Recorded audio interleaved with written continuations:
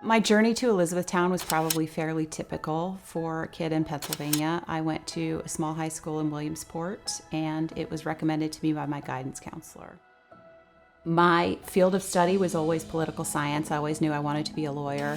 The only thing I can say is when I think about my political science classes at Elizabethtown, I think about that Maya Angelou quote that says, people will forget what you say and they'll forget what you did, but they'll remember how you made them feel. And Fletcher McClellan was always really into political science. He was funny, he was interested, he was engaging, and he was approachable. I've always told my kids he was my favorite professor. I can't remember what we learned specifically, but I remember that I developed a deeper interest in government and politics. My sister and I were 20 months apart in age, and I don't think I realized until after she died that I don't think I ever thought of us as two different people. We were very different. I'm short, she was tall. I have blonde hair, she had dark brown hair. I have blue eyes, she had brown eyes. She was crazy smart, and she loved adventure. She had a super intense job, and the stuff she saw was unbelievable. She was the director of the emergency room at the Allen, which is part of the New York Presbyterian Health System in New York City. So she saw some pretty intense stuff. But she always kind of took it in stride. My sister had no mental health issues or struggles before 2020. And we were all in the same boat, you know, in the beginning of 2020, we're all saying, oh, there's this virus. And in the beginning, she was saying it's just, you know, it's not as bad as the flu, but obviously it became much worse. So she obviously got COVID almost immediately and went home. And as soon as her fever was gone for 2 days, which was about a weekend, she went back to work. And I just said, this is crazy, you're sick, you're tired, don't go back. And she said, I have to. It was very quickly apparent that she couldn't do it. So I brought her home to Charlottesville, and she was admitted to UVA Medical Center inpatient psych.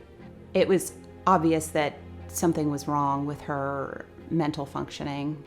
And 4 days after she was discharged, she died by suicide. So people start contacting us saying, oh yeah, suicide rates are crazy in healthcare, and the stress is unbelievable, and nobody knows and nobody cares. And that's when we were like, how is this possible?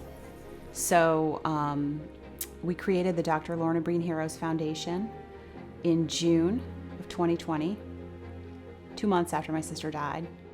Corey and I began this work focusing on awareness, because we want people to know this can happen to you. My sister didn't spend 30 years of her life struggling with mental health. She spent 2 weeks, and it killed her. So we want people to know this can happen to you, and it can happen quickly, and you need to be aware of your rights. You need to be aware of what can happen, and you need to know what to do if you start to struggle. Corey and I have been successful in the passage of a federal law, the Dr. Lorna Breen Healthcare Provider Protection Act, so that they can research, understand, and educate their family members, their staff, their doctors, their nurses, their healthcare providers on the dangers of mental health in healthcare and what they can do to protect themselves and take care of themselves. Thank you all for having me. I'm Breen Feist. I am a graduate of '94. I want to thank President. When I think about the Elizabethtown community, I love the Educate for Service mission. I believe that it's very important to leave the world in a better place than you found it. I am honored and proud to receive an award, but I would have done this without an award, and I would have done this without anybody noticing that we were doing it, if we could have made a change, and I know that we have made a change.